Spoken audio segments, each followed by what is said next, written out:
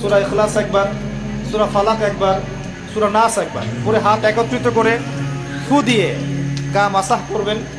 এই কাজটা 3 বার করবেন। একবার আয়াতুল কুরসি পড়বেন, সূরা বাকারার 255 নম্বর আয়াত, আল্লাহু লা ইলাহা ইল্লা হুয়াল হাইয়ুল কাইয়ুম, এটা শেষ পর্যন্ত। এরপর সূরা বাকারার শেষের 3টা আয়াত পড়বেন, লিল্লাহি মা ফিস সামাওয়াতি, এখান থেকে ফানসুরনা আলাল কওমিল কাফিরিন পর্যন্ত। তারপর ডান কাতে পাশ ফিরবেন, বলবেন আল্লাহুম্মা বিইসমিকা আমুতু ওয়া আহইয়া।